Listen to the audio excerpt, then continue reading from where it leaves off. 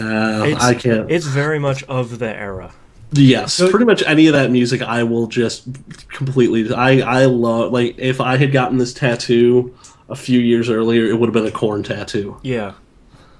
well, it's the secret track at the end of the last song is the one song I really love in that Oh album. yeah. Hmm. You gotta listen to like 15 minutes of silence to get to it. Acid Bath, Oh, Acid Bath Boy. is so good. They're Mushroom so Head, weird. Mushroom Head, Triple X. You know what's interesting is I saw an article the other day that Mushroom Head's latest album debuted on number 20 on the Billboard 200. What? I don't know how. I don't know how, but man, good on him. I saw that. I saw that single on Metal Sucks, and it was not. They've always been so divisive. I mean, I'm Yeah. proud of them Yeah. because they're from Cleveland, but Yeah. That's how I feel about Mudvayne. Like, I'll defend them to death just because they're from Peoria. yeah, No, you don't have to no. like them, but Yeah, I didn't like. Actually, Mudvayne was my gateway into getting to heavier metal, Yeah. yeah. and it wasn't any fucking album. It was their DVD. Oh yeah. Watching The them first one. play, watching them play live, like was mind blowing. God, I saw them live once, and they were so. I don't. Knobs, were you at that show with me, or was that Curtis? I don't think I saw Mudvayne with you. Okay, yeah, they played such an amazing set, but they also their intro song was For Those About to Rock, We Salute You. And then the lights got brighter and brighter every time the cannons went off, and then the last one, the lights went down and they came on stage. And I was just like, Nice. "Oh my god." That was an amazing show. Was that on the tour where he had like the 20-foot mic stand he was leaning out over the pit on? It was way later than that. Yeah. Oh, I fuck, think the one it thing was I- cool. The one thing I won't defend is Hell Yeah. That band is not good. I haven't heard anything from them. I suggest avoiding it. It's Yeah, their fan base seems so fervent that it Their doesn't fa- seem as divisive enough. So I'm sort of like, Their- I don't know. Their fan base is fervent because you've got the drummer from Pantera and you've got the lead singer from Mudvayne. So you've got this real weird mix Yeah, of like early 90s dudes that love Pantera and like the late 90s guys that are like, I like new metal. And it's just, and they're trying to do like cowboy something. I don't, just, Vinnie Paul just needs to bite down and go do a Pantera reunion because everybody else in the band wants to. yeah. Just call it something different, like Caius did, and just call Yeah. it a day.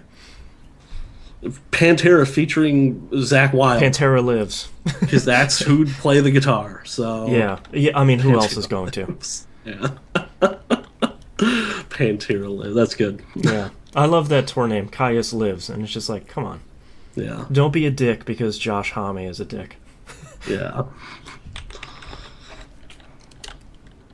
I really can't believe I lost that fucking CD. That's like the one Metallica album I wanted to listen to. You could just You go should- on Amazon MP3 and just buy it for like $1. Yeah. Let's go see how Fuck much. those it is. guys. I want to steal it again. Which one is it? And Justice for All? Yeah, like I was going through one of my See how much it folders. Never mind, it's $10 for an MP3 copy. Yeah. Come on, because guys. That's because it's Metallica. Exactly. you It's a know? good album though. Yeah. Well, that was the reason why I got banned from Napster that first time. Yeah. Was I had the only Metallica song I had was No Leaf Clover. It was before it was released, and that's when I got banned. I'm like, fuck this.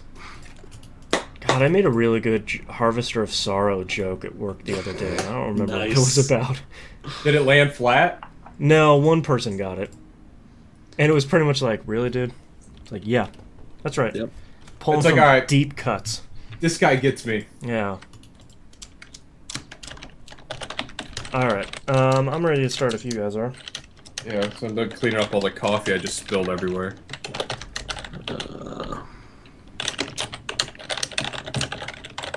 Funneler spindle! Holy shit. Right on top, Aqua Aquarium. Oh god, that album is so good. I will forever defend that album. Yes, sir. Holy shit, DJ Kioke, number 2. Oh, nice. No, now this cat wants to get out. I'll be right back. Uh, Hey, dumbass. Yeah, you're hey, dumbass. Like you.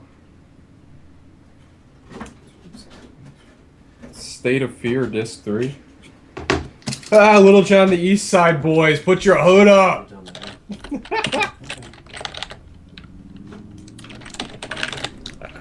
the mushroom. Once this was, but who's counting?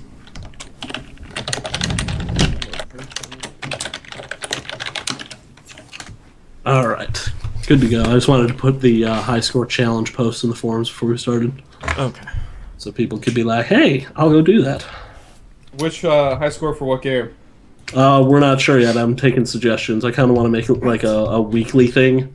Do like one a week for Game Club so more people get involved. Yeah. And then like when we do the wrap-up episodes, include those.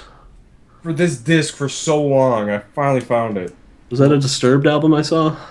No, that was when I was into making labels for DVDs. Like, I have all my digital Spawn collection on this. Oh, nice. Okay, there it is. All right. Oh! Yeah, Genesis. Hey, when's 3.33 coming out? There's still no release date. It's unreal. It sounded like there was a release date for a while, and then Yeah, they got pushed back again. they got pushed back twice, and then it sounded like they were having some problem putting it together, which I'm assuming is some sort of licensing problem. Let me look.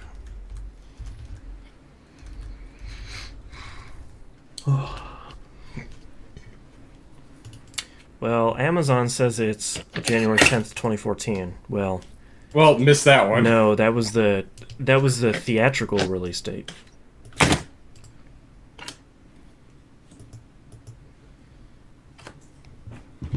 No, because do you realize the entire Berserk trilogy has come out in between releases of 2.22 and 3.33? That's sad if Berserk beats you.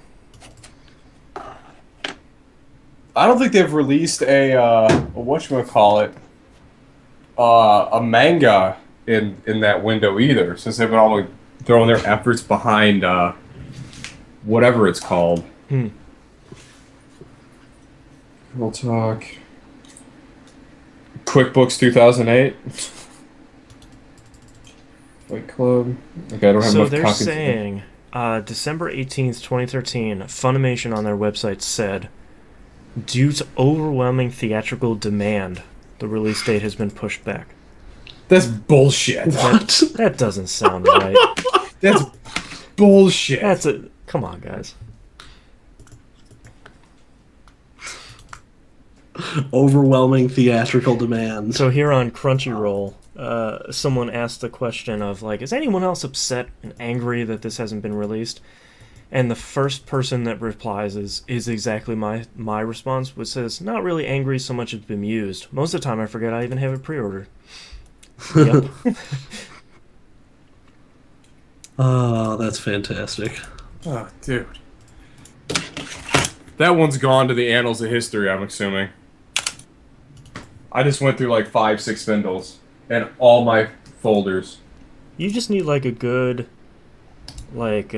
CD game exchange. They probably have 15 copies of that album for $250. Yeah. I fucking love that fucking album out of all their albums. Oh yeah. Like, I was listening to Ride the Lightning the other day. I was like, man, I used to love this band. Yeah.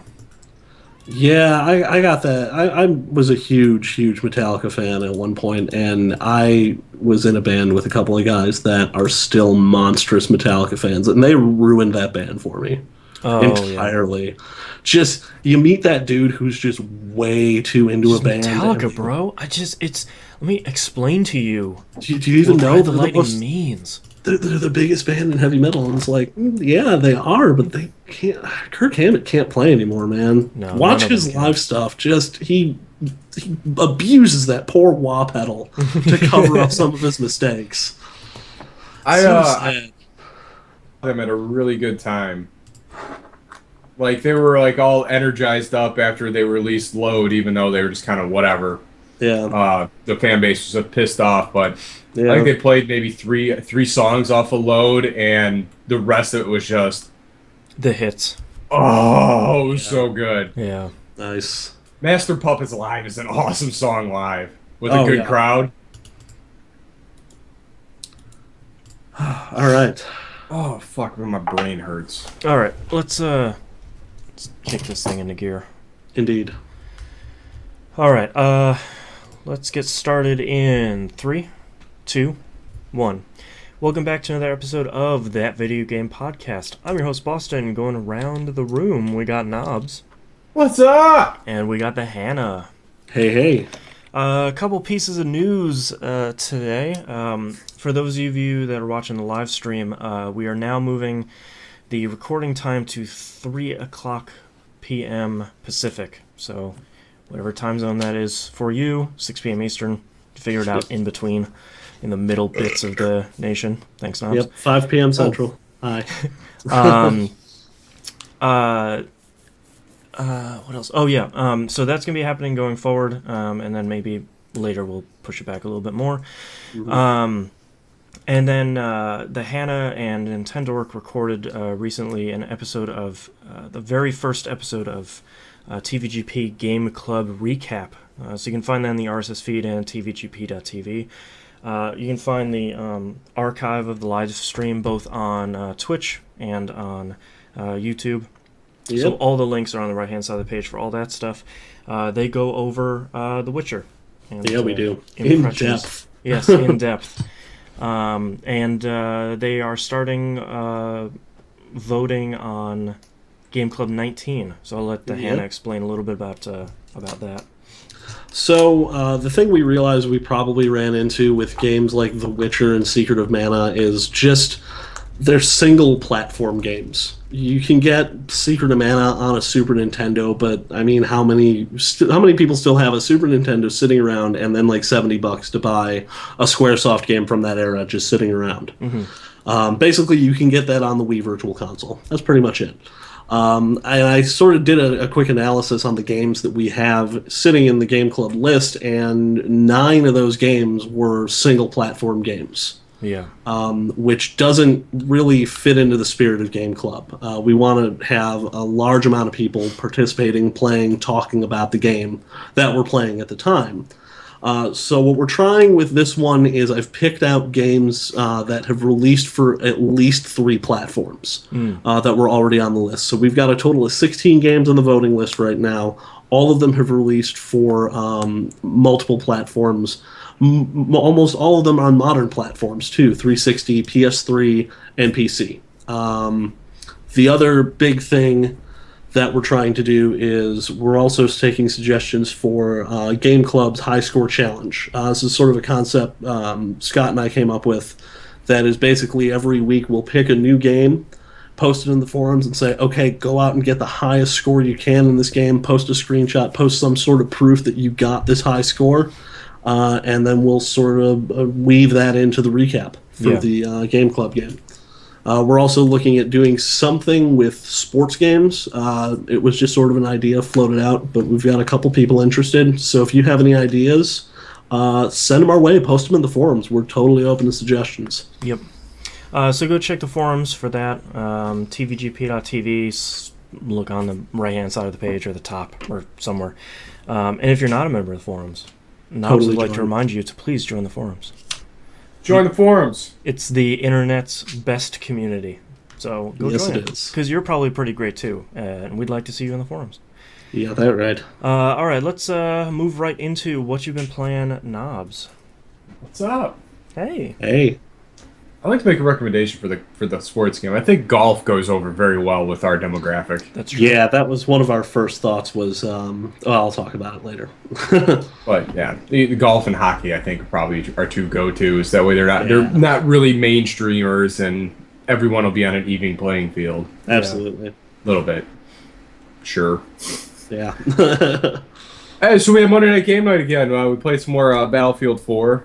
Just another epic round of shenanigans and us knifing people for ridiculousness.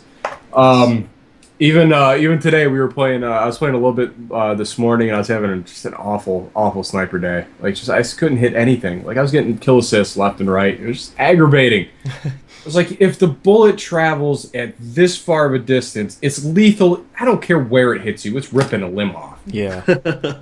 Like, I land a shot at 840 meters. You're gonna have an exit wound the size of a basketball. Like, no, you only. It was only 96% of his clipped health. him. Just 96. Yeah. He can still shoot you back with 4. Whatever, bro. Anyway, but no, we had some fun. Donnie and I had some fun today. We were playing a little bit Conquest this afternoon before I started recording.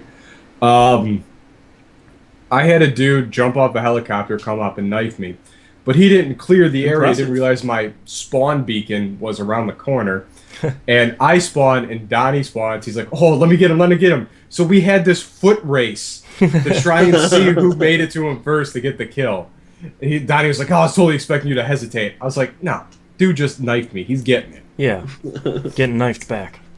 But getting the squad together and rolling out and just creating chaos. I mean, when you're sniping, you're pretty much creating chaos. They're almost like poison on the map if you have someone just stirring up the hive to the point where no one feels safe and you just see people just running around nonstop. And then comes the squad and just cleans them out and goes on. It's cool seeing that through a scope or just marking people. Someone gets marked in that game, they're dead in seconds. Yeah. It doesn't matter where they are. Like the time it takes you. Got him. All right, switch. Dead. Son of a... Like, you never get a chance to get that shot off. Yeah. And I still am having vehicle woes where I just seem to be getting randomly hunted down. Like, I'll be the only guy in this field just taking pot shots. I'm not even looking for anyone close to me. I'm looking at people at the other side of the map. All of a sudden, here comes an ATV, just rolls right over me.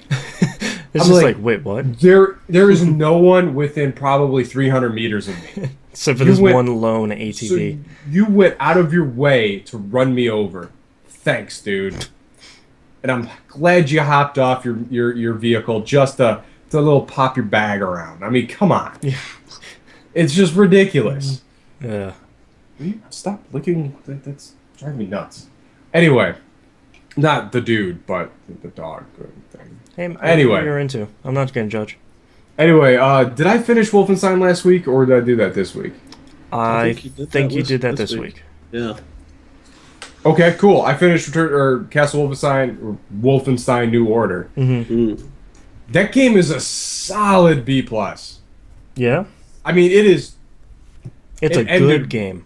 It ended really well. Nice. Like, I really enjoyed that game. If they make another one, I might have a problem with it because of how this ended, but... With that being said, I had a lot of fun, and there were some really, really good one-liners. Hey, don't worry. They're probably going to make another one. Yeah, and it's, as long as it's somebody new.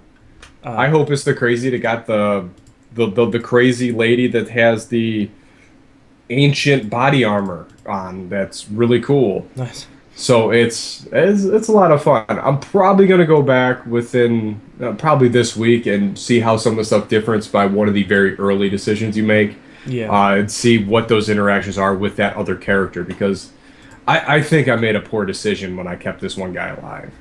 Just wasn't very helpful and just was a bit of a whiner. Oh, so can't have him around. It's like keeping Caden alive in Mass Effect 1. It's like, why did I pick you? You suck. Oh, you emo douche. Oh, my brain. Oh. Oh, my brain psionics. powers. Oh. Hello, ladies. Anyway. Hey, honey. What's going on? Yeah, but just playing with us will have some random things. Like one evening, the conversation got very, very heavy in innuendo. It was really, really funny. Like, it didn't matter what was said. It was being twisted in one way or another. I bet it was. Usually, oh, yeah. Oh, yeah. We're not starting that. It usually starts with Donnie saying something, like, crazy. Like, instead of saying on your 6, he'll say on your starfish. Right. Like... That's why you should play games with Donnie. Because games with Donnie makes everything infinitely better. Yeah. That's the only we need to have, like, plausible explanation. You know how they did the Snoop Dogg voice pack for Call of Duty? We just need a Donnie where it's just like, you kill someone, he said, don't be afraid of it, cowboy.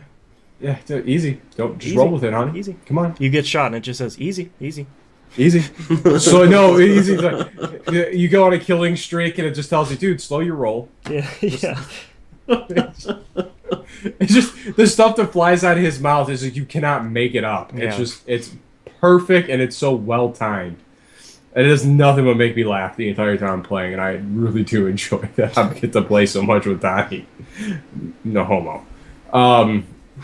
But the one game that kind of has captivated me more than anything else is Nanaka Crash. Yes. Forgot to add one to my list. Excuse me. Let's talk about Nanaka Crash, guys. How much do you love it? I was having problems downloading it initially, and then I turned my Wi-Fi on, and then it was done in seconds. I was like, Yeah.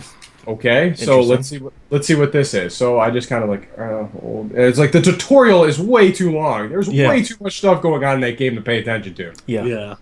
So I'm like, all right, just skip it. So all right, so now I'm figuring it out on my own. I'm like, what does this stuff mean again? I really should have paid attention to that. Most of it's in Japanese. I mean, it's just so. It's got that thing flapping up and down. Yeah, like power bar.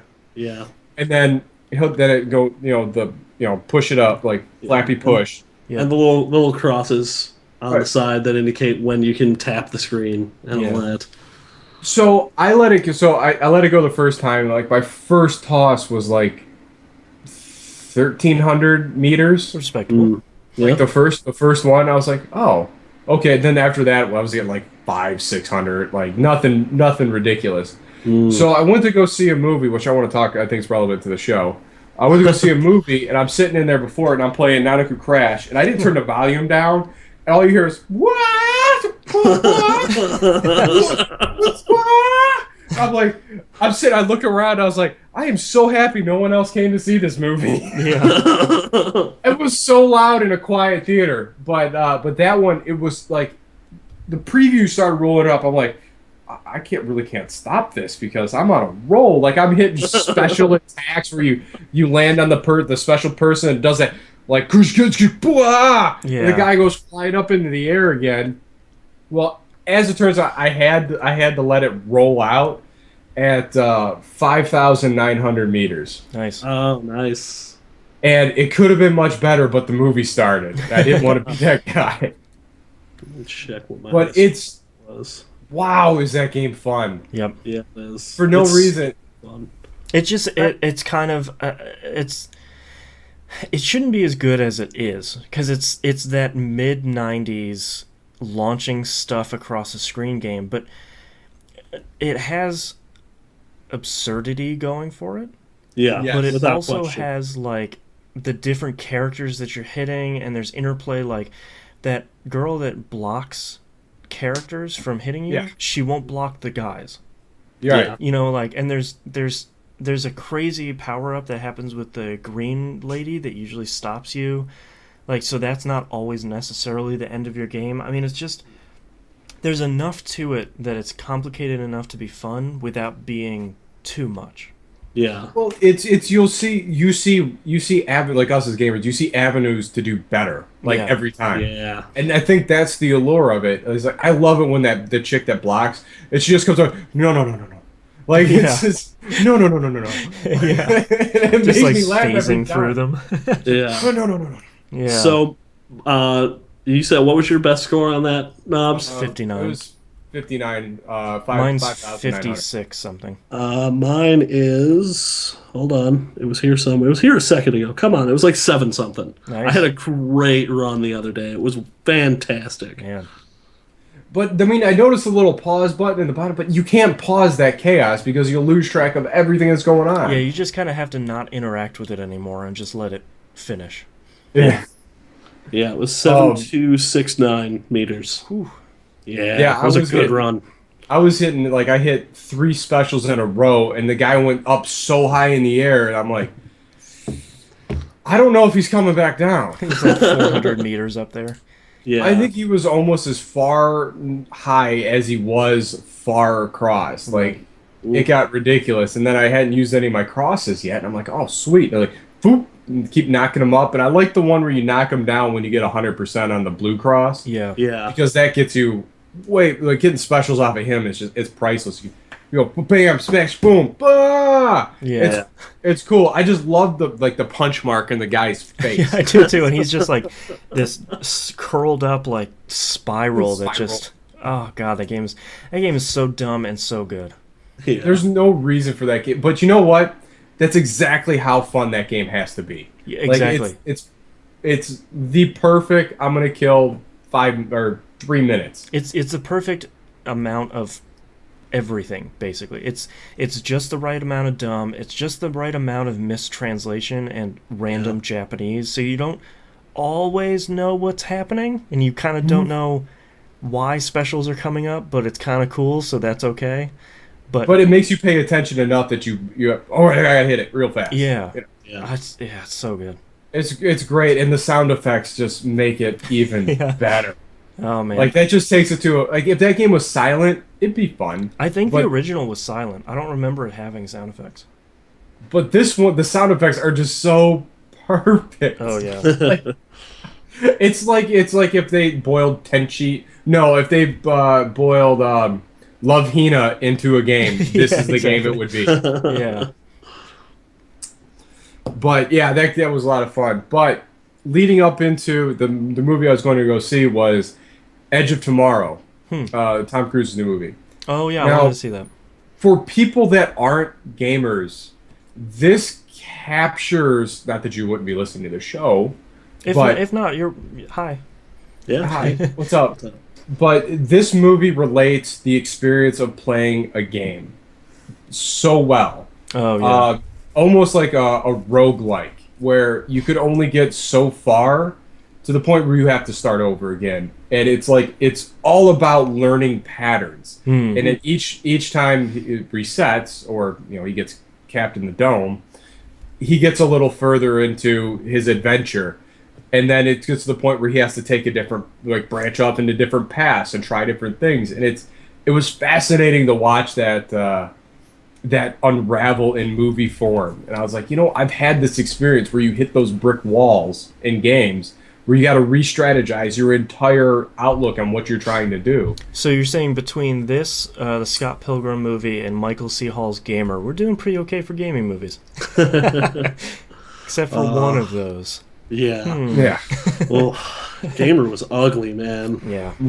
Yeah, but this really captured that different like it's I would more like if Mass Effect had permadeath if you made a bad decision. Right. Like where you had to start over after every run through. Kind of like ME1 where you had to blast through it and then you really had more fun in your second playthrough. Yeah.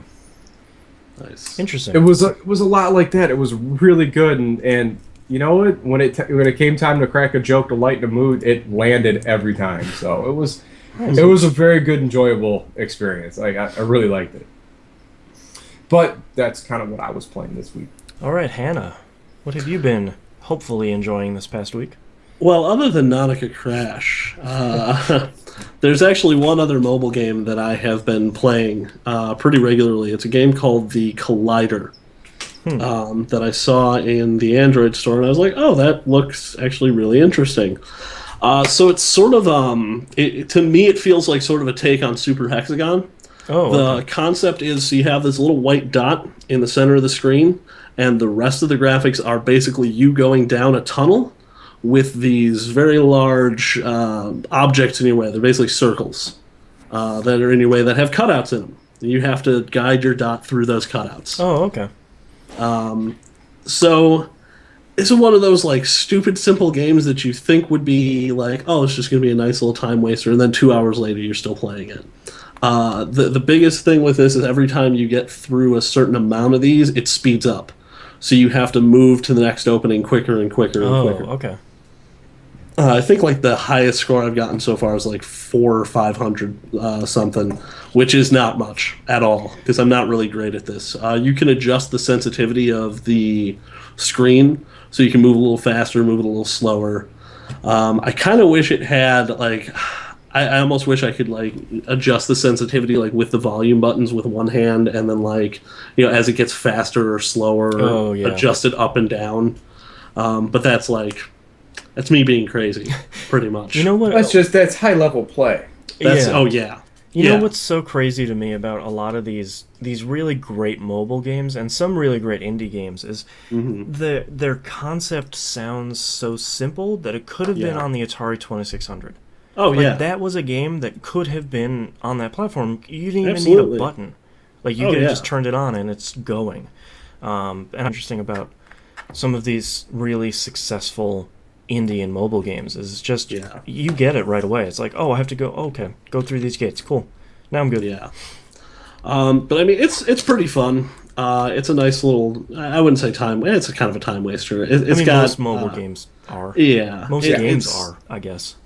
So throughout the thing, you sort of you can. There's occasionally you'll get like one of these areas where it's got two openings, and you can go through the larger one, or you can try and go for the smaller one. And you can get a couple of coins, which you use to repair basically your ship. The idea is you're in a ship.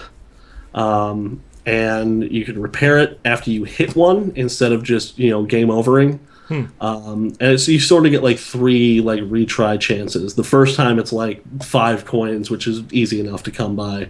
The second time it'll be like 20 coins, or you'll have to watch an ad, which is kind of annoying.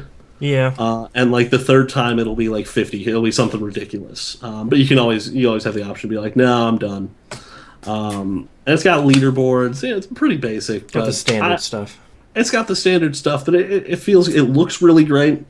It feels like you're actually like, I think they call it the collider, because it feels like you're going through a super collider. Oh, okay. Or like that's what I imagine going through a super collider would look like. It's like light streaking at you and all this stuff.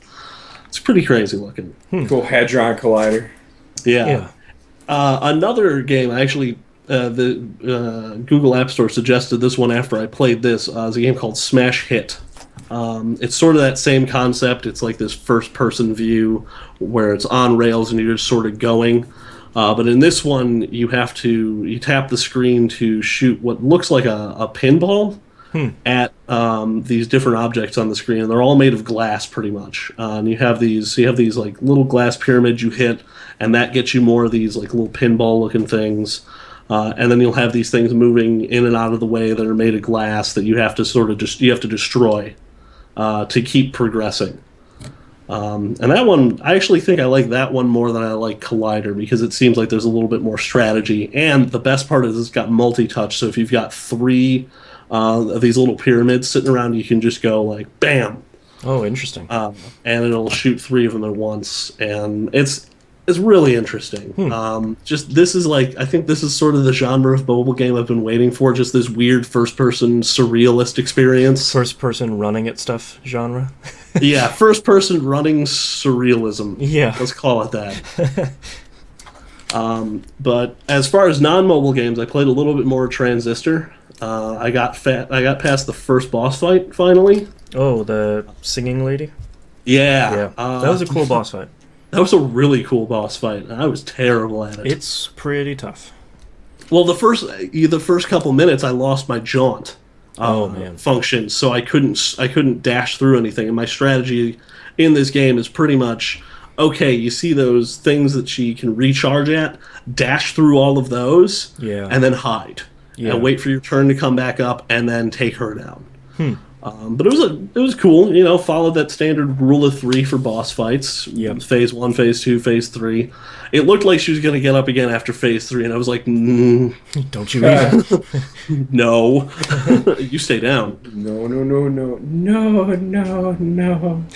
But I think I played for maybe a half hour. I got past that boss fight and got a little bit further than that. And in that little half hour, I got more of the story put together for me than the rest of the time I've played. Oh, I didn't get too much further past that boss battle, but there's a very, very, very short cutscene right after that where I'm like, oh, like it ties all of the intro stuff together. And I'm like, okay. Yeah. And I kind of got upset at that point because a lot of people online are like, they don't tell anything about the story. And it's like, pretty clearly they do. Yeah. It's a Tarantino movie. Just keep watching to the end. Yeah, it's just... That's right. Yeah. Yeah. I think my favorite part so far is I got to the backdoor part where you unlock one of the back doors and you go to like that beach scene. Have you gotten there yet? Yeah, that stuff is super cool. What do they call them in Bastion? They were like the challenge circle areas. I don't remember what they call, but something like that. Yeah, I tried the very first one, which was the speed one. Just had a bunch of enemies to defeat in a certain time, and then it's 32 seconds. Yeah, and I did that, and then when I went back, they're like, "Hey, there are 3 more doors open." I was like, "I can't do this right now. I can't. I have to play this game," and then it crashed. Yeah, so I did the first one of those. I think that's where I stopped. Yeah. But that game is so much fun. Oh, I meant to ask you last week. Mhm. Have you played this on the PS4 or have you been playing remote play? I've been playing it on PS4. Have you turned on the controller speaker? No. So under the settings, you can turn on the controller speaker for this game specifically, Yeah. and the transistor's voice speaks through the controller only. Oh, cool. So Yeah, the last time I played it, I have this really cool little Bluetooth like headphone thing. Mhm. Since my headset doesn't work directly with the PS4, I've got this little receiver, and I just put it in there, put it in the controller, route all audio to the controller, Oh, and listen right. to it on headphones. Yeah, it's super Um, cool because the way they display the voice in the game sounds a little bit. I don't want to say tinny because that makes it sound bad, but it's a little distant. It sounds Yeah. like it's coming through the sword through the game, Yeah. and it makes that voice sound super cool coming right out of your controller because it makes it sound just disconnected enough from the rest of the game that Yeah. it feels like you're closer to the sword. It's a really cool effect. That's awesome. I'll have to try that. I'll have to make sure I Yeah. take a look at that next time I'm playing. But I didn't play as much Transistor as I wanted because, man, that game's good. Yeah. So I played a weird one today, guys. Okay. I fired up Counter-Strike Global Offensive. What? Okay. So Broadening horizons. I like it. not really broadening horizons, more like desperately dashing back to my youth. Okay. That's I also played okay. Counter-Strike 1.5 and 1.6 back when they were the big thing. Yeah. And man, that game has not changed one bit. You can lie to me all you want and say, "Oh, look at all this stuff they do in Counter-Strike Global Offensive." No, No, this everyone is still still plays DE Dust. everyone still plays Dust 2. Yep. Everyone still sits there and just ops the whole time, and you can't move Yep. because if you move, you die. Yeah. This was my constant frustration with this game until I actually broke that barrier of actually being kind of okay at it. Playing a traditional match, I think my ending kill death ratio was like 4 to 6, with I think 1 or 2 assists in there too, because they count those now. It used to just be you got a kill for that. Yeah. Snipers are the bane of my existence, just without question. Mouths over there. Oh, I know. If I played Battlefield, we would be bitter enemies. I'm not good at sniping. I never have been. I don't have the steady enough hand to do it. But I can get it if you give me either a high-powered pistol, you give me an SMG. If I can get to somebody, they're dead. Yeah. If I can close that gap, I'm much better at the game. The problem is, if you're on a map like Dust, there's not a whole lot of. There's a couple of camping spots, and it's one of the Counter-Strike's always been that game where people complain about campers, but that's the game. Yeah, it It's- always has been. You're defending the bomb site or trying to plant the bomb. Yeah. So yes, of course I'm going to camp. If that dude dropped the bomb in the middle of a corridor, yes, we're going to camp that area because that's what we're gonna do. Hate people like you. What? Ah, play the game. Don't camp. That is the game. That is Counter-Strike. Ah, The objective is right there. If I let you get the objective, I am not playing my end of the game. Yeah. but if you have the opportunity to pick it up and go with it, then you do it. Yeah. Well, okay, so you have to You're like understand. the guy who captured a flag that would drop the flag right out here and sit behind a rock. You have to remember, in Counter-Strike, though, Counter-Strike still, you don't respawn in the middle of a match. Yeah. I Once hate you're that dead, game. you're dead. I can't stand it. Yeah, that game is not in my wheelhouse at all. It is weirdly in my wheelhouse still, and I was like, I'm terrible at this game. One more match. But I'm having fun. Yeah. And then one of my things was when I played Counter-Strike regularly, I would always go on the small little arena maps that were just straight deathmatch because it's such an antithesis of that game. And everyone it just devolves into a sniper battle and it's not fun. Those stupid one-hit kill sniper rifles.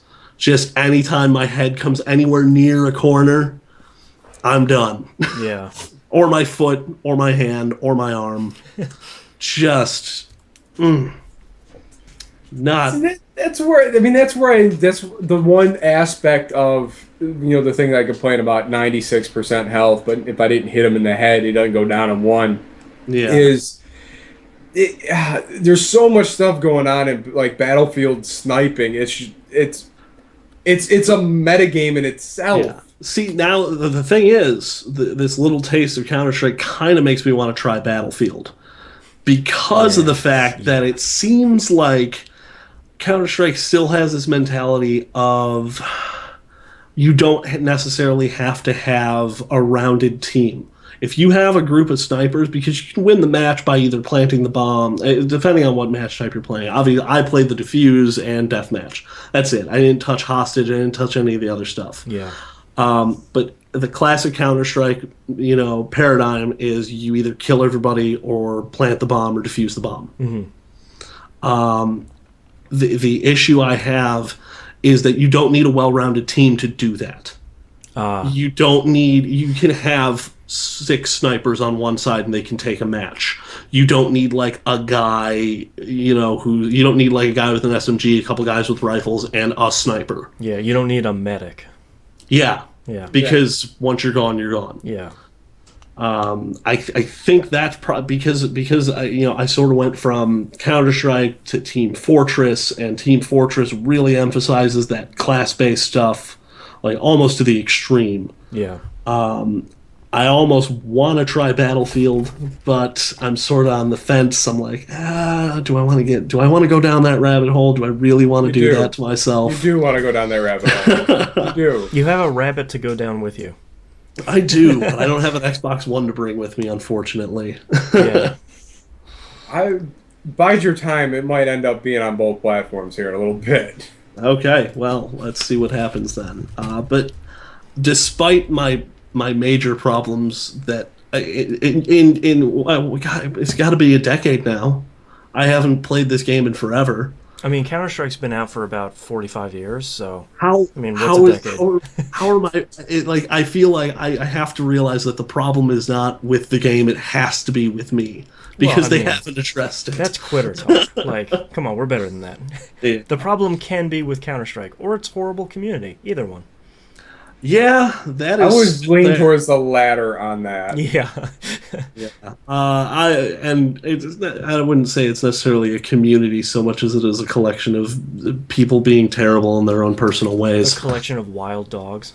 Yeah, just some of the names you still see on Counter-Strike, because I think that's the last bastion of PC is the infinitely customizable username. Yeah. Man, you forget how well that filter works on like PS4 and Xbox. Yeah, people think Xbox Live is bad, but they filter out the worst dredges of humanity typically pretty quickly. Yeah, and like a well-moderated Counter-Strike server will do the same. Yeah. They don't really care about names though. No. And man, just like it's like taking a trip back in time. You see dudes with the crazy elite names spelled out and like absolutely no letters, just special characters, like obscure special characters, like taken out of the UTF-8 like character map. It's like playing Quake 3 again, where it's like you just got killed by gibberish. It's like, great. You just got killed by that might be a bot. I don't even know. You could tell me it's a robot, and I would believe you. Yeah, and then just the class. I got killed by hacked out swear words. Yeah, exactly. Hubert language just killed me. Yeah. And of course, then even if you don't have voice chat enabled and no one's voice chatting, you still have the team chat and the overall server chat, which consists almost entirely of people accusing other people of hacking. Still. Yep. He's using an aimbot. He's using a trigger bot. I don't even know what that is. I don't even know what these I don't even know those things existed. Right? The guy's still using a trainer. Yeah, exactly. What? But man, there's something deeply ingrained in me that just is like, man, yeah, I want to hop into Ice World, and I just want to just roll with stuff. I did have a good moment a little bit before we hopped on. I was in a deathmatch map. There's a semi-famous one called Ice World. It's literally the entire map is a square just kill box Okay. with 4 pillars of ice, and your spawn area. You have 2 spawn areas, and so basically you have these 4 pillars and some space in between them. You have left, right, and middle, and then like a channel cutting and connecting left and right through the middle. I hate that map.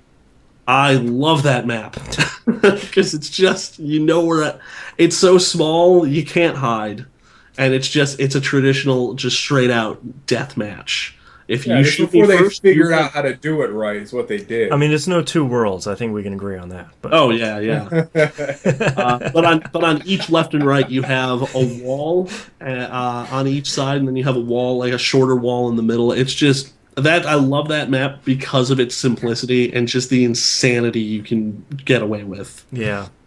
Thank you, Boston. You're welcome. Just a little bit of perspective for everyone at home. Yeah. Oh, I honestly I feel like I'm back in high school playing Counter-Strike, and it's probably not a good thing. Yep. So, but the last game I played this week is Hot Shots Golf World Invitational Is on this the the Vita. Vita one? This is. I own that. That's a pretty good game. It's a pretty great game, actually. So Best Buy was having a sale, and I had some rewards points, so I got me a free game. Yes. A free Yeah. game with a ton, way more content than should be in a launch Vita golf game. Yeah, there's a lot of stuff here. I think I've finished 4 courses and gotten the star for each of them. I gotta get the last one in this current set. But like the way you earn points in this game is like, hey, you hit the ball really far, 20 points. Yeah. It's just like, I don't know, it's a nice day out today. 15 points. Yeah. You get like 1,500 points for being first in the quote-unquote tournament. And you use those points to unlock characters, clubs, balls, hats, outfits, Voice packs. stuff for the little dude on the start screen that you never see anywhere else in the game. Pictures, wallpapers. Like, it's just, there's so many screens of just like, do you want to buy wallpapers for your Vita? It's like, well, I don't think so. Can't I just download those? Yeah, I don't know what I'm doing this for. is it like Marvel's Capcom 2 level of Pretty much, where it's like- unnecessary Yeah. stuff? It's a new Wolverine color. Oh, now he's a little bit darker brown, and it's like, oh, okay, thank you. That was just like 12,000 points. Great. We were going for the mustard hue. Like, Yeah, exactly. It's just more of a stadium mustard than a nice Yes. yellow. Oh, spicy mustard Wolverine, baby! Oh god, why? Because Oh, it's I can't- us. I can't write this down fast enough. So I played a bunch of this, and it's really nice. You can get through like a 9-hole course in like 10 minutes, 10, 15 minutes it's pretty tops. quick. Yeah. It's a really great pick up and play, just mess around with. I found myself using, so there's a couple different control styles at the beginning. It looks like there's tabs for more control styles. I think you have to buy them maybe in the game. That's ridiculous. I don't know. But so far the biggest one I'm a fan of is the like the traditional gauge, the swing gauge, and then the circle closing in for impact. Yeah. So that's the one I've been using. I don't know what any of the symbols mean. I think the bunny means I hit too fast, and the turtle means I hit too slow. I think so. That makes sense in my head, but I forgot didn't about re- those. I didn't even realize what they were at first. I was like, what is that thing? Okay, whatever, because you don't see it for long enough. No. But eventually you realize, oh, I think that's a rabbit. Oh, that's green. It must be a turtle. Yeah. I must be hitting it too slow. I feel like since I haven't played any other Hot Shots golf game before this one, I think the game is assuming a ton. Where they're like, oh, I just got a rabbit. Okay. That's real bad. Yeah, you don't want the rabbit. No. That's Well, I sure don't want the turtle. yeah. But I found that I'm not actually. I thought I'd be terrible at the game. I was like, all right, I'll get it because I've heard good things about it. It's like the Mario Golf I always wanted Yeah.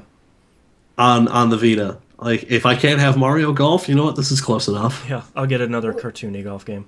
Exactly. It was the evolution of Tiger Woods golf before they went serious. Yeah. Yeah, it really was. And if you've got a Vita and you don't have this game, you should totally pick it up. It's the closest thing to like a really good portable golf game. Yeah. It's a solid game, and there's so much content in there. I don't even know how long it would take you to play all of it. I don't know either, and I don't even want to begin to get into it because there's so many like different clubs and different. Like I have like 4 characters right now. I have nothing. Yeah. And I really gotta unlock more. Yeah, there seems like there's a ton of characters in there. Yeah, that's gonna be sort of my ever like going quest is just to sort of unlock stuff in this game and play a little bit more and but yeah, that's really good. Yeah, I'm having fun with it. That's all I played this week. Only played 2 games this week. One, of course, Diablo 3. Started a monk, playing through that. Game's still great. Only 2 months until the PS4 version, so just switch on over to that when it comes out. Right, guys? So the other game I bought is I felt like I needed something for my 3DS. I haven't really played anything on it in a significant amount of time. And Tomodachi Life wasn't out yet, and I didn't know enough about it. I'm definitely going to buy it now because it is made by insane people. That's what I've heard. But so I bought Mario Golf World Tour. I have never played a Mario Golf game, so I have somehow, as a person who loves playing digital golf games, I've somehow managed to escape the grasp of these games. The one thing that I'm really confused about with this game, and I get the impression that it's a brand new thing for this version, is there's 2 primary modes. The one mode is, well, I'm going to actually open up my 3DS and get the names. First mode is just Mario Golf, and it's just pick a character, play a course, or play some challenges, or play online, sort of the standard stuff. And then they have another mode that the game keeps pushing you towards called Castle Club. And it's basically this golf club that's in, Princess Peach's castle, and you play through courses, you get your handicap, you get to go to the golf store, and you get all the clothes and different balls and clubs and stuff like that. So it's sort of the like the Tiger Woods career mode. It's kind of the one you want to play if you want to play a lot of that game and kind of get more out of it. Yeah. But the thing that I hate the most is, so I like the Mario Golf mode because I can play as a Boo, and the Boos are the secret greatest character in the Mario franchise overall. I agree. Yeah, so I have to play, and a ghost swinging a golf club is never not funny, because when you hit it 100%, the Boo swings back, like pulls back, and then once they hit the ball, they spin around, because it's too much for their tiny ghost body. It's great. I love Nintendo. I'm glad you put all that together. It's just too much for their tiny ghost body. Yeah, I mean, physics, ghosts, you know how it works. Free-floating apparition. Yeah, Can't handle a swing. I've read Ghost Physics 101. But then on this Castle Club mode, or whatever they call it, you have to play as your me. And I get it. Like, I get why they would want to push that. But I don't want to play as my me. I want to play as this stupid floating ghost that's somehow playing golf. Yep. But I don't want to neglect this whole half of this game because I paid, it's a Nintendo game, so it's like $40 for a 3DS game. So I don't want to cut out, half of this. But that was kind of my only bummer, is that you have to play as your me during that half of the game. But yeah, there's like 3 or 4 courses, I think, at the beginning. There, I bought the season pass, which is $15. You get 3 more courses. 2 of them are available now. 1 will be later, and you get like 4 or 5 more characters. And it's a great semi-arcadey, semi-sim golf game. It's not a full-on sim like some other games, and it's not as far as maybe Tiger Woods is, but it's not outlaw golf. It's not just sort of like, I don't know, just hit the ball, whatever. And it's just it's fun. I can play a course of 18 holes in probably 15 minutes if I'm really moving.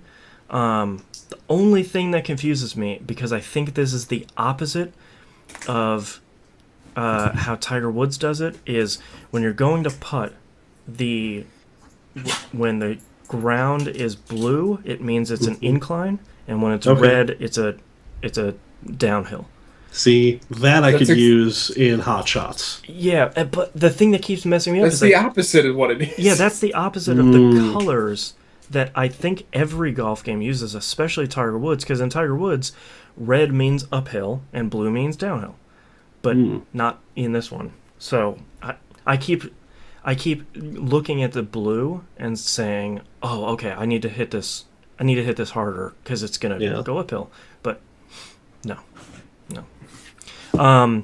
So far it's really interesting. There's a bunch of courses. There's a bunch of different game types on each course, so you kind of have to go through your first time and set up a handicap, and then you go through and you play kind of a normal 18 holes, and then you go through and you play kind of the championship 18 holes.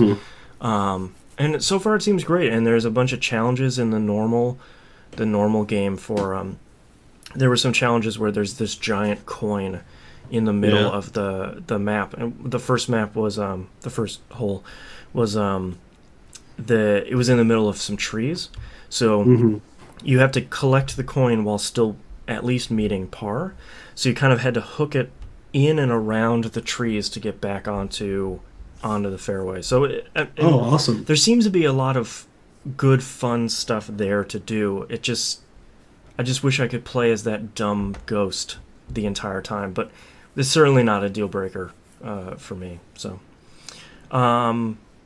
but that was all I played. So let's take a break. All right. Cool. And chat was asking, no Watch Dogs? No, I didn't have the chance. And we were talking earlier. My Vita remote play isn't working super great, so I gotta get that sorted out. Yeah, and it doesn't work super great with Watch Dogs in general. So yeah, that's been kind of my bummer, but I don't really have another way of playing it right now. So yeah, I'm trying to figure out a way to use a controller and play it at the same time, and I'm not seeing a way to do that, which is terrible. Yeah, not fun. Yeah. Hi, Sam. Come here. Ow. She's deaf, so she has no idea how loud she's meowing. Oh, Boomer, you're an asshole. Come here, Tiny. Come here. Hi. Come here. Yeah. Okay. Or go lay under the chair. That's fine. Okay. All right. I shared show notes with you guys, right? Yeah. Okay. I'm writing down all of the chat titles that have come up so far because they're pretty good. Yeah, it's been an interesting first segment here. It certainly has. I haven't written down this many titles in a while. Yeah.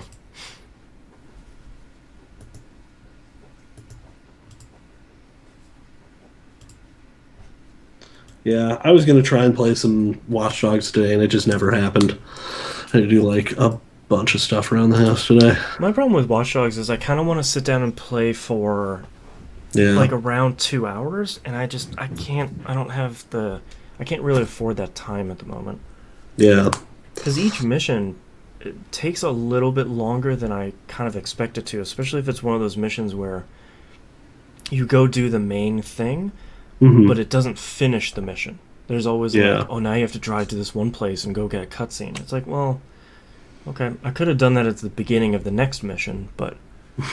And now that I'm like the majority of the way into Chapter 2, there's without spoiling it for anyone, there's a new hideout at some point that's kind of in the middle of nowhere, and it's kind of a pain in the ass to get to. So... Yeah. Yeah, I'm hoping Jay-Z posts this GIF that he has because it was the funniest thing I've seen in a while. Actually, I think I might be able to pull it up in Steam chat. It was really good. It's a Watch Dogs gift. No, I don't have that. Let me check my history. There be dragons here.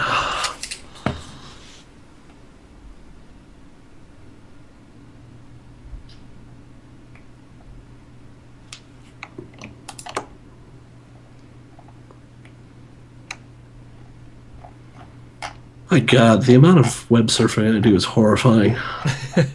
Like just going through, I'm like, Yeah, it's just like all these, because Reddit, and I have images installed. So if I hover over a link, it just pops open the image. Oh, So like it just fills up with imager links really quick. jeez. It's fun.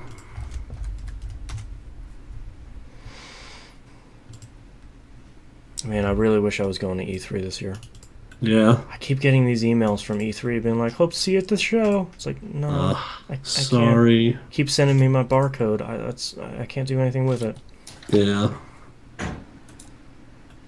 It's so funny the email that comes with the barcode though, because they're like, if you give this to anybody, I swear to God. It's like, oh, okay, I won't. It's just me. I'm not even going.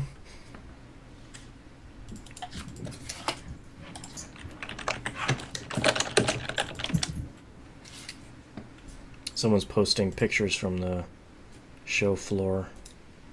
Oh man. NeoGAF. I don't know what Lords of the Fallen is. I don't know.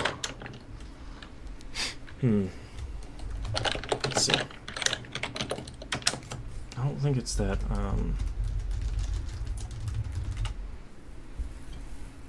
don't think it's that. A fantasy action RPG being developed by CI Games and Deck 13. Oh yeah. So click that Watch Dogs that link that Jay-Z just put in chat. Watch how tenacious these cops are in Watch Dogs.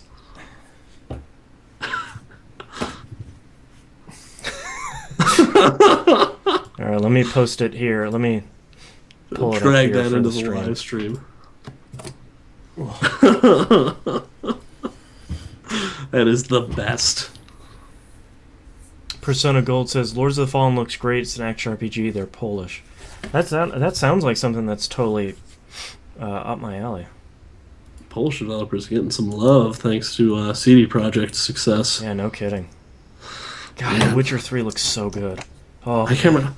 What was I think I referred to CD Projekt as Poland's Valve on the recap, because that's, can you think now, of a better literally. comparison? Yeah.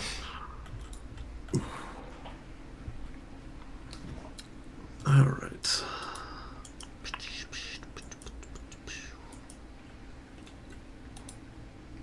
Yeah, that is the best GIF. Okay, you gents ready? I think so. Let's knock the rest of this episode out here. Oh, I need to open up TweetDeck. Right about that. Oh man, is TweetDeck still getting updated?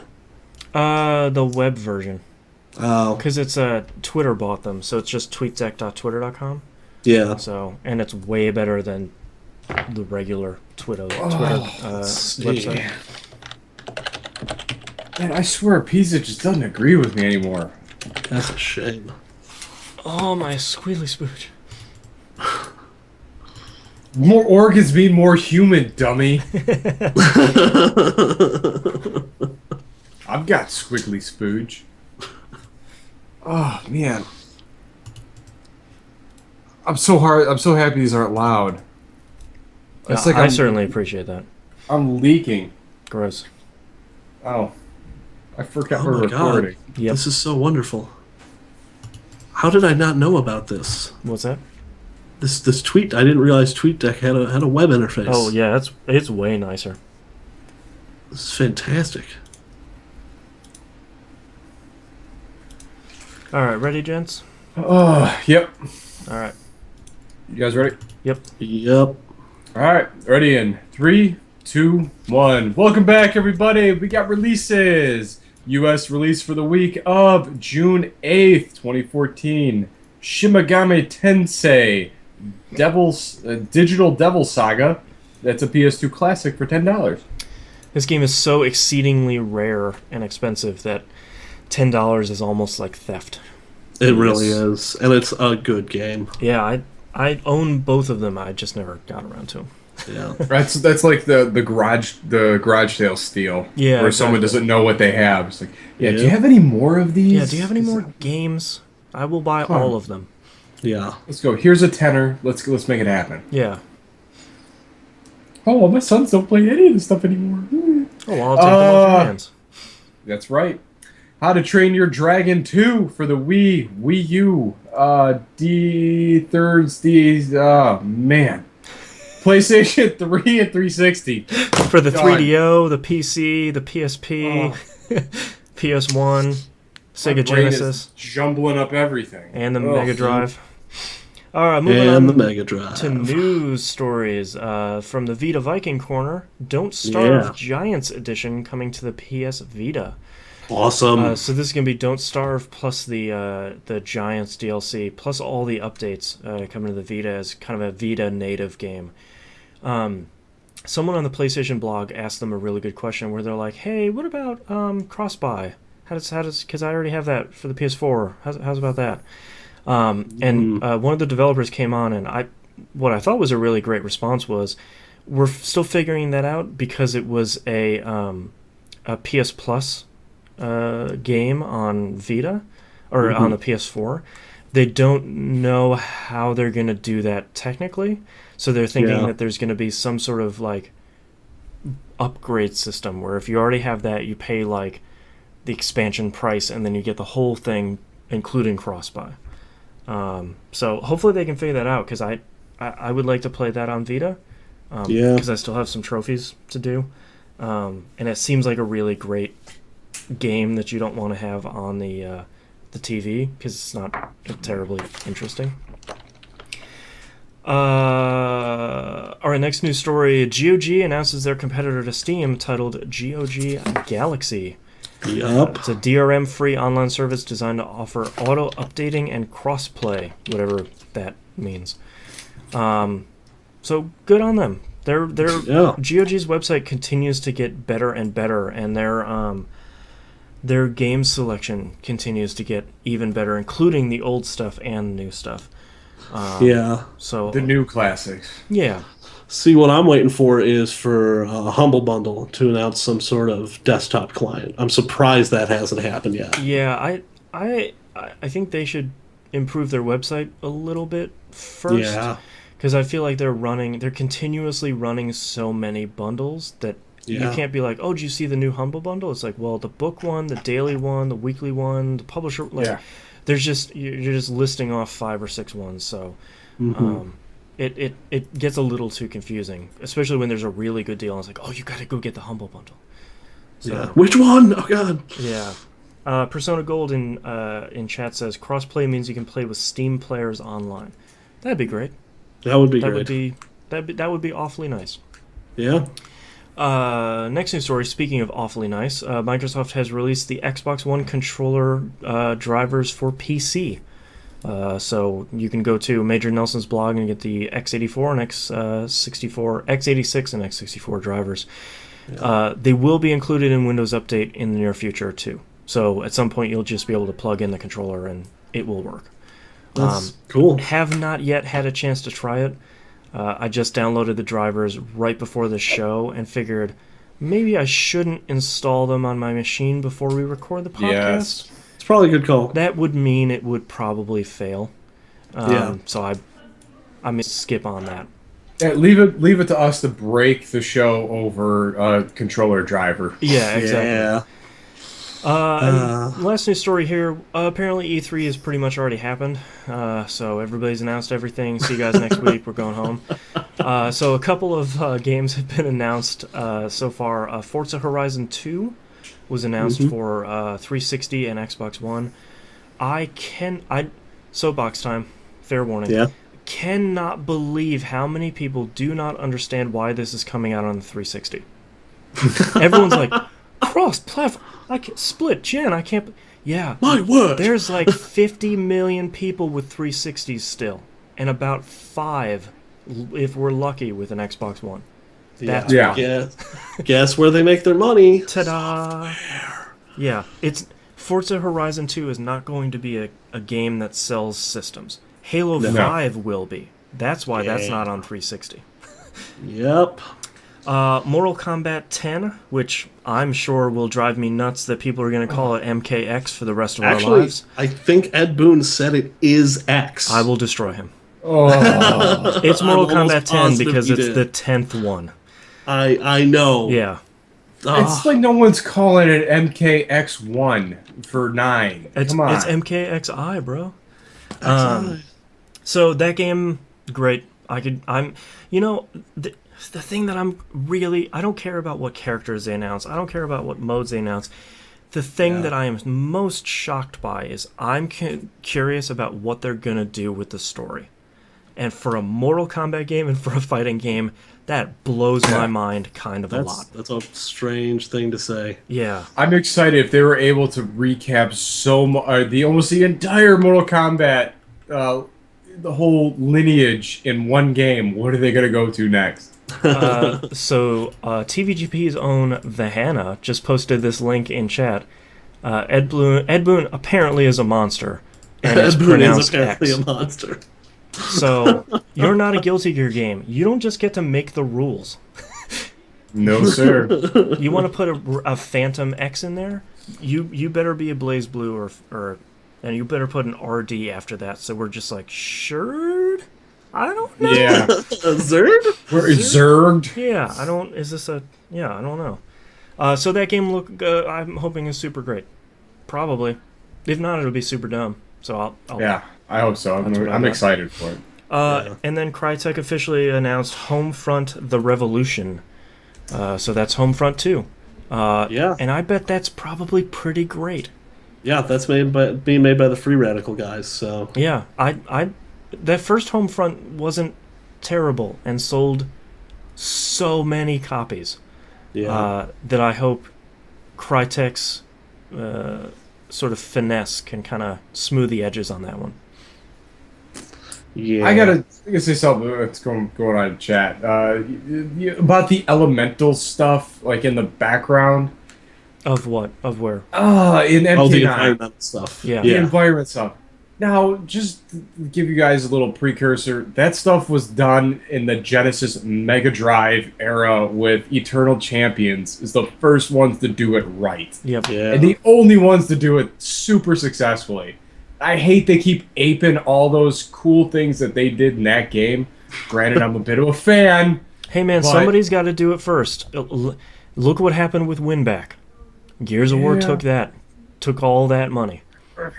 It happens. But yeah, it's just nobody I remembers want to see those Herzog's characters lie. one more time. Yeah. One more time, I want to see that lineup. So we're done with the news stories, but wanted to remind everyone that E3 is this week. Holy crap! Mm-hmm.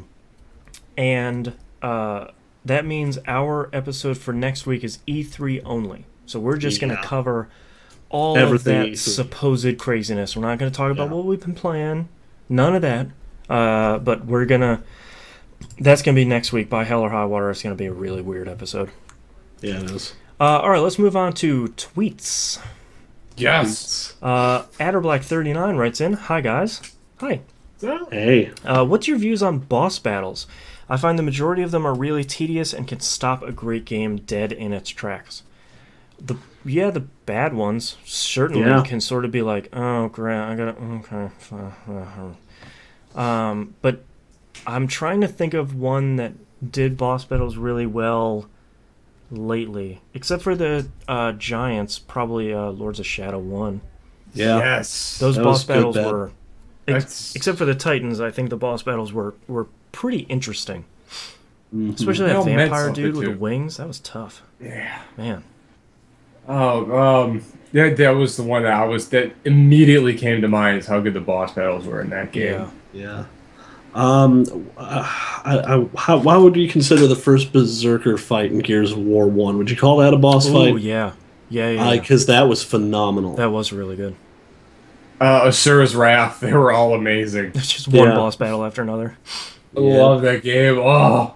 I feel like most RPGs still do boss battles right. Yeah. Because it's kind of the culmination of a dungeon or a story point, and it's usually not that kind of...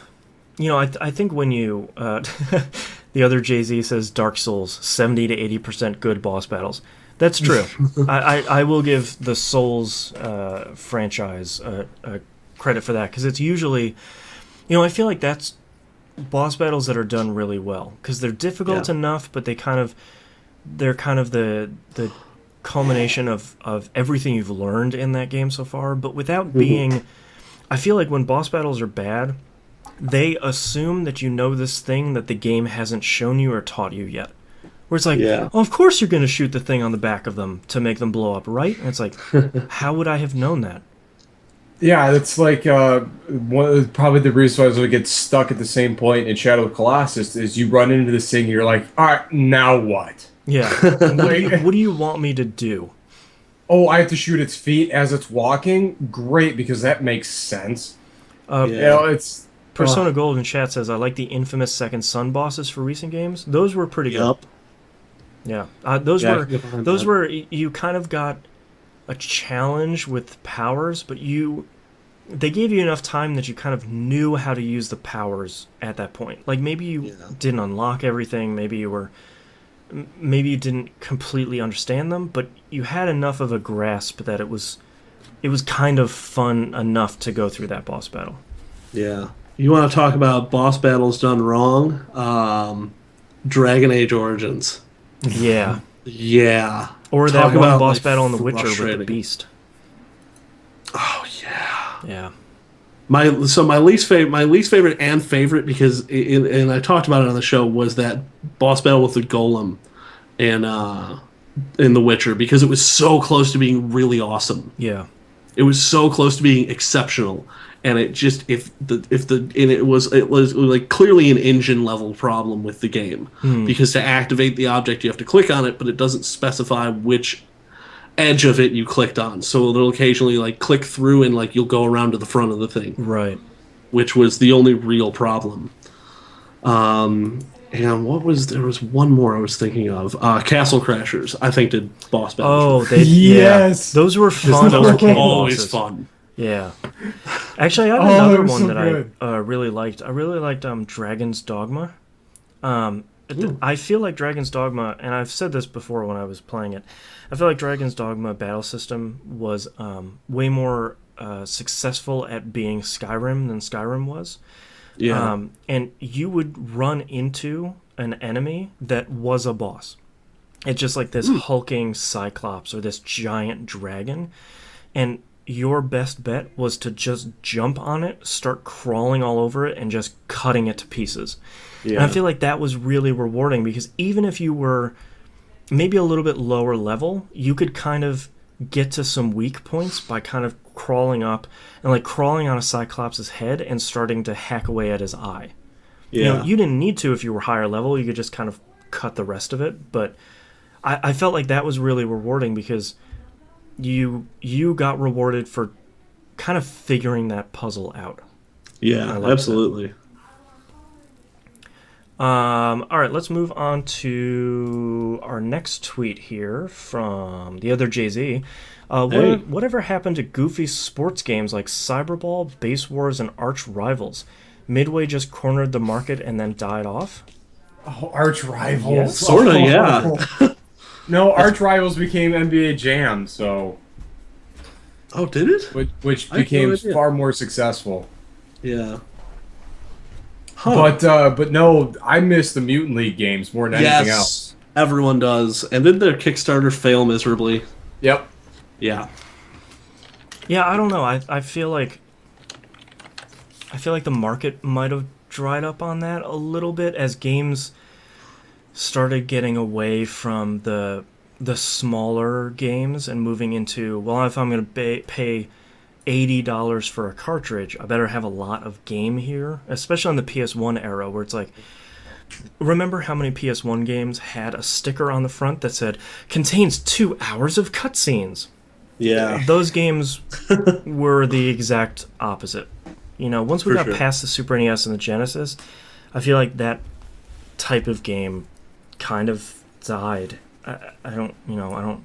And Naked Pear on Twitter replies and says, you can blame the Rush series, probably a little bit, and the Cruisin' series, probably.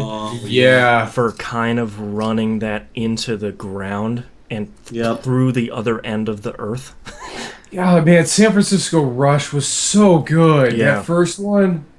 Oh, Rush 2049 was okay, but it was kind of missing whatever whatever spirit that first one had.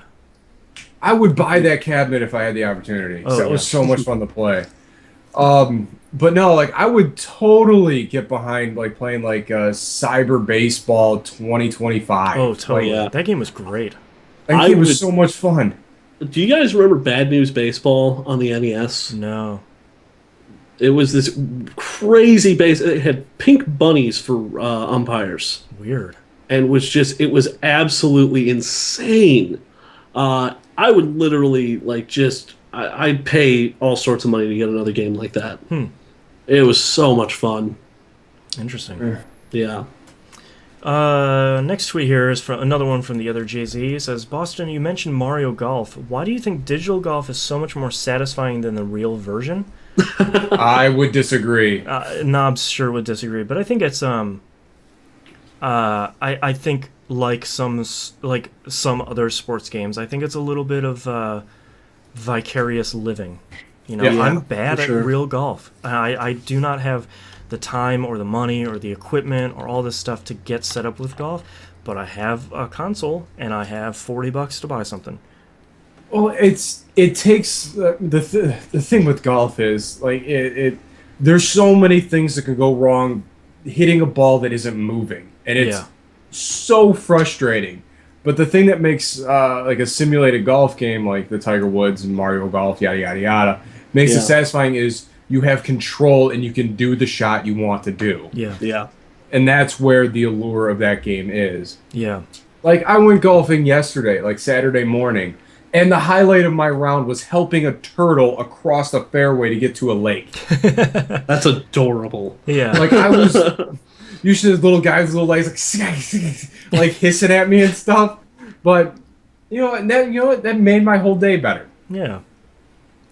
That's Didn't matter. I just fantastic. 3-putted that green just now, but you know what? The little guy got a little water from me. Yeah. All right, let's move on to emails here. First email here is from Kevin from Cincinnati. It's a little bit of a longer one, so I'm going to kind of summarize some of these. He says, hey guys, been listening for the past 3 years and the show's quality. Keep up the good work. Thank you for Thanks. your continual support. Boston, you're absolutely right about the Sonic racing games. Yeah. And I don't have a bias because I'm a Sonic fan. No, they're really good games. The first one is pretty good, Sonic and Sega All-Stars Racing, which I reviewed back when I was reviewing. I give it very favorable reviews. But we're going to focus on the latest one, Sonic and All-Stars Racing Transformed. Try to keep it as short as possible. I've played a lot of Mario Kart 8 since it's been released, and Mario Kart is a good, solid kart racer, but it's very bare bones when it comes to modes, and they defiled battle mode, which, yeah. Also, it still has blue shell syndrome. Yeah, you can evade it with a super horn, but how often do you get it, and how long will you hold on to it? Overall, it's good, just more of the same. Yeah. I keep hearing that about Mario Kart 8, where it's sort of, yeah, it's still good, but it's still Mario Kart, and the things they should have left alone, they keep messing with. So to summarize the rest of his stuff, he says Sonic and All-Stars Racing Transformed I still feel is a superior game. Has more modes, is more challenging, has a better, more mechanic.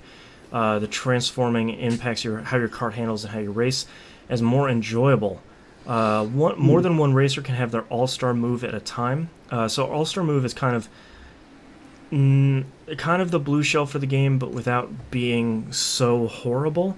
It's basically the further you are back in the pack, the more likely you are to get your all-star move from one of basically the question blocks around, and Yeah. it's basically changes your character into something that's specific for that character, and Like Sonic turning into Super Sonic. yeah, and it isn't really the win button, and it isn't the let's screw over the guy in first place button, but it is the I'm gonna mow through people thing, and I'm gonna move quite a bit faster than normal. So it doesn't always make or break a race. It's not gonna be, well, I'm in 8th, now I'm in 1st, yay, win button. But it can move you from 8th to 3rd. You know, it can get you competing again. The high-powered items can be dodged, and you can also have a drift boost to evade lock-on items, which is one of the things I loved about the Sonic games is they have the whole drifting thing like Mario does, where you're sort of powering up. But if you hit if you hit the boost as you're coming out of the drift at the right time, you can boost out of something locking onto you, which I thought was great because it's not. Yeah. It has a small enough window where it's very skill based, but it's still sort of like, ha ha ha, I got away from that. Like it's still this kind of adversarial sort of thing. It feels good. It feels like an accomplishment. Yeah. Well, it feels like you pulled off a skilled move. Exactly. Yeah. And he brings up a whole bunch of tracks that he really loves. If you're a Sega fan, these tracks will sort of be like, oh, it's a Billy Hatcher track. Right? No one else remembers that game. Great. Oh, Billy Hatcher. I thought about buying that game Yeah. way back when. I was just like, oh, that'd be fun to have for the GameCube. Yeah. He says, I recommend the PC version. I have it on PC, Vita, and 360 because it runs at 60 frames per second and has 7 PC exclusive characters. 2 you have to buy, 1 was for charity. Sorry so long, just had to let you guys know it's such a good kart racer and it's a shame that no one has played it. Thanks for producing quality content, guys. I'll listen for as long as my ears work. Yeah, go buy that game. It's so incredibly cheap. Let me see how much it is on Steam. And it's just so good. It's on Steam. It is $20 on Steam. Yeah. What'd you think about Thursday Night Game Night? Boom. Kart Racer. There you go. And it has controller support. How can you go wrong? There you go. All right. Next email is from Dave, a.k.a. RoboPig. He writes in with an email entitled Wolfenstein. Spelled out that way, I might mind. Very nice. Hey guys, somehow I failed to send in a question for last week's show. My apologies. We'll let it slide this time. That's okay. You get an off week. It's a bye week. Yeah. Since it seems that Wolfenstein has been well received, do you think there's hope that its success will drive some other studios to consider doing some single-player only shooters that will concentrate on story and gameplay over bolting on multiplayer? I feel like studios have been focusing... I feel like studios have finally realized that they can't beat Call of Duty and Battlefield, so they're going to do a really great single-player. I feel like absolutely those are the two camps now, where they're like... I feel like Mass Effect 3 was the last game that was really pushing this multiplayer in a game that didn't necessarily need it, even though it was great. And if you haven't played it, you really should. But I feel like that was one of the last ones where it's sort of like, oh, that game has multi... Okay, that's... I think if anybody tries anything, it's going to be like Watch Dogs and The Division and all these games where it's like, but you're always playing multiplayer. Ooh! Like... Multiplayer always on. Yeah, like, I think that's going to be... Or it's going to be Call of Duty or Battlefield. It's those games that sure have a single player technically, but who cares, because you're going to put in the multiplayer every time. Yeah. So... And I think Titanfall reinforced that. Because I think when Titanfall came out, everybody's like, single play, you're adorable. Look at you guys try and make a story, whatever. I think that was kind of, I think for a lot of people that pushed them to be like, who cares? Yeah. So. Next email here is from Jive from the forums. Hello, sir. Hey. Hey dudes, Jive here. I have a couple questions for you. Question number 1. With E3 literally right around the corner, what existing IP that has either never been used in a game or maybe something used once way back in the day would you like to see in a game? Bonus points for style of game.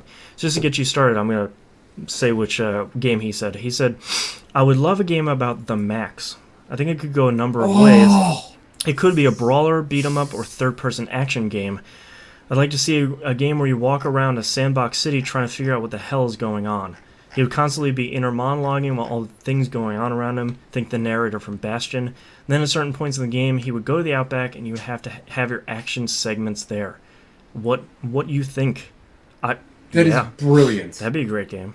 Yeah. You would have to get the voice actors from the MTV series. Because even rereading the Max, like those voices are in my head. They're too like iconic. Mr. Gone and everybody in it. Yeah.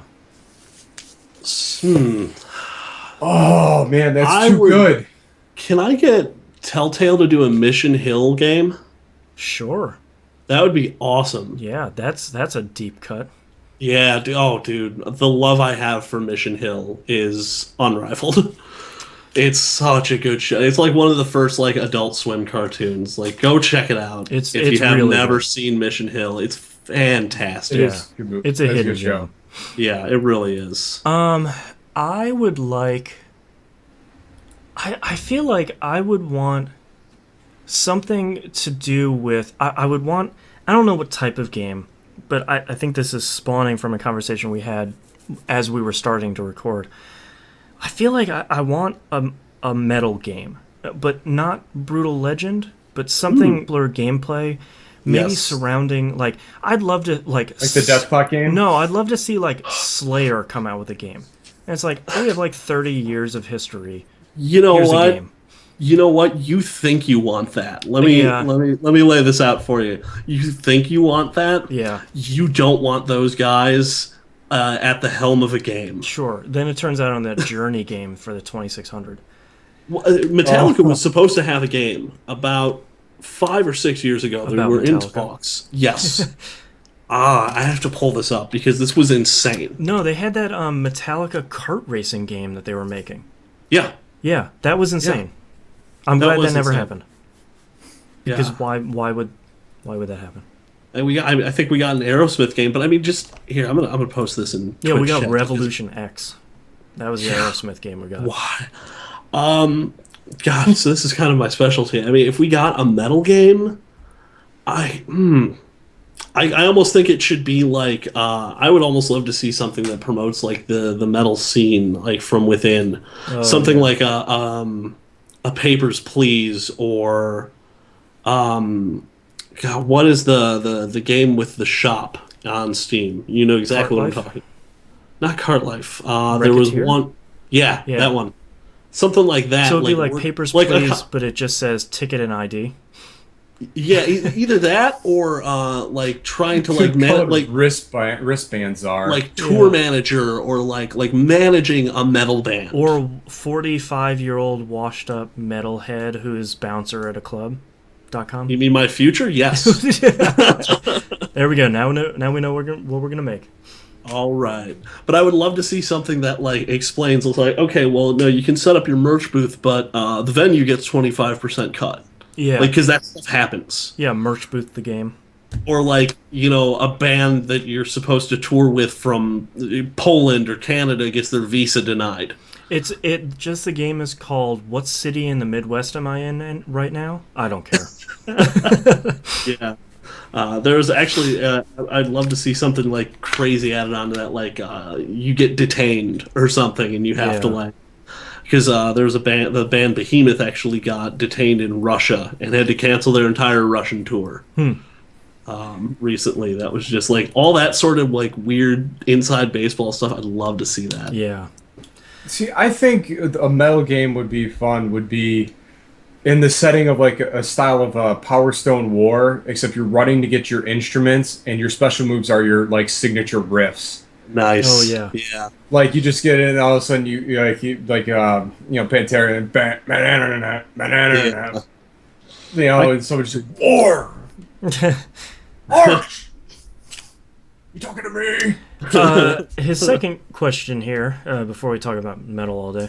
Yep. With the release of Watch Dogs, I've heard some talk about role-playing in games for the sake of personal narrative.